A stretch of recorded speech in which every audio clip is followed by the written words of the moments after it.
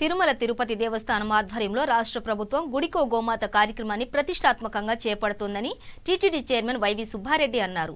Vijayawada Kanuru VR Siddhartha ప్రాంగణంలో జరుగుతున్న సంక్రాంతి సంబరాల్లో ఆయన పాల్గొని గోమాతకు పూజ చేశారు. అనంతరం ఆయన 4 పళ్ల విభాగం ఆవుల అందాల పోటీల్లో విజేతలుగా నిలిచిన పశు పోషకులకు బహుమతులు అందజేశారు. KDCC bank chairman Yarlagadda Venkatrao టీటీడీకి ఒకే ఆవును దానంగా అందించారు. పోటీలను పెనమలూరు ఎమ్మెల్యే కొలుసు పార్థసారథి, మైలవరం ఎమ్మెల్యే వసంత కృష్ణప్రసాద్, కె అబ్బయ్య చౌదరి, బొప్పన భవకుమార్ తదితరులు తిలకించారు. ఓం నమో వెంకటేశాయ. ఈరోజు కృష్ణా జిల్లా డిస్ట్రిక్ట్ కోఆపరేటివ్ బ్యాంక్కి ప్రెసిడెంట్ వెంకట్రావు గారి ఆధ్వర్యంలో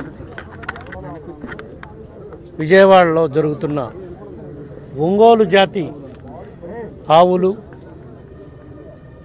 ఎడ్ల ప్రదర్శన పందేల కార్యక్రమంకి రావటం జరిగింది.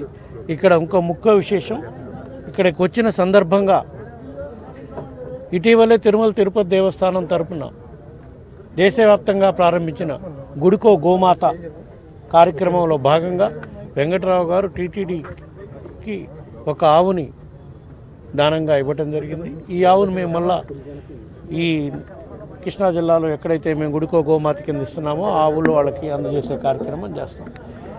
ఈ గుడికో గోమాత కార్యక్రమం దేశవ్యాప్తంగా మొట్టమొదటిసారి ముఖ్యమంత్రి జగన్మోహన్ రెడ్డి గారు నాయకత్వంలో మా ప్రభుత్వం అధికారంలోకి వచ్చినాక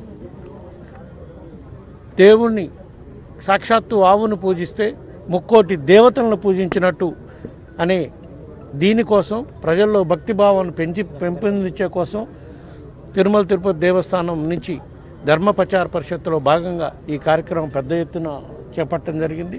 ఇది దేశవ్యాప్తంగా కూడా ఇప్పటికే దక్షిణాది రాష్ట్రాల్లో చాలా గుళ్ళు ఐడెంటిఫై చేసాం. మన 2 తెలుగు రాష్ట్రాల్లో కూడా చాలా గుళ్ళు ఐడెంటిఫై చేసి ఆ గుళ్ళందరికీ పశువులను ఇచ్చే గేదెల్ని ఆవులను ఇచ్చే కార్యక్రమం చేస్తున్నాం. తిరుమల తిరుపతి దేవస్థానం నుంచి గోవుని ఇచ్చే కార్యక్రమమే కాకుండా ఆ టెంపుల్ యాజమాన్యం వాళ్ళు ఎవరైతే డొనేషన్ తీసుకోవడానికి ముందుకు వస్తున్నారో వాళ్ళు ఆ ఆవు యొక్క దూడ యొక్క పోషణ చూసుకునే విధంగా చర్యలు తీసుకోవాలని చెప్పి మేము టీటీడీ నుంచి కోరుతున్నాం.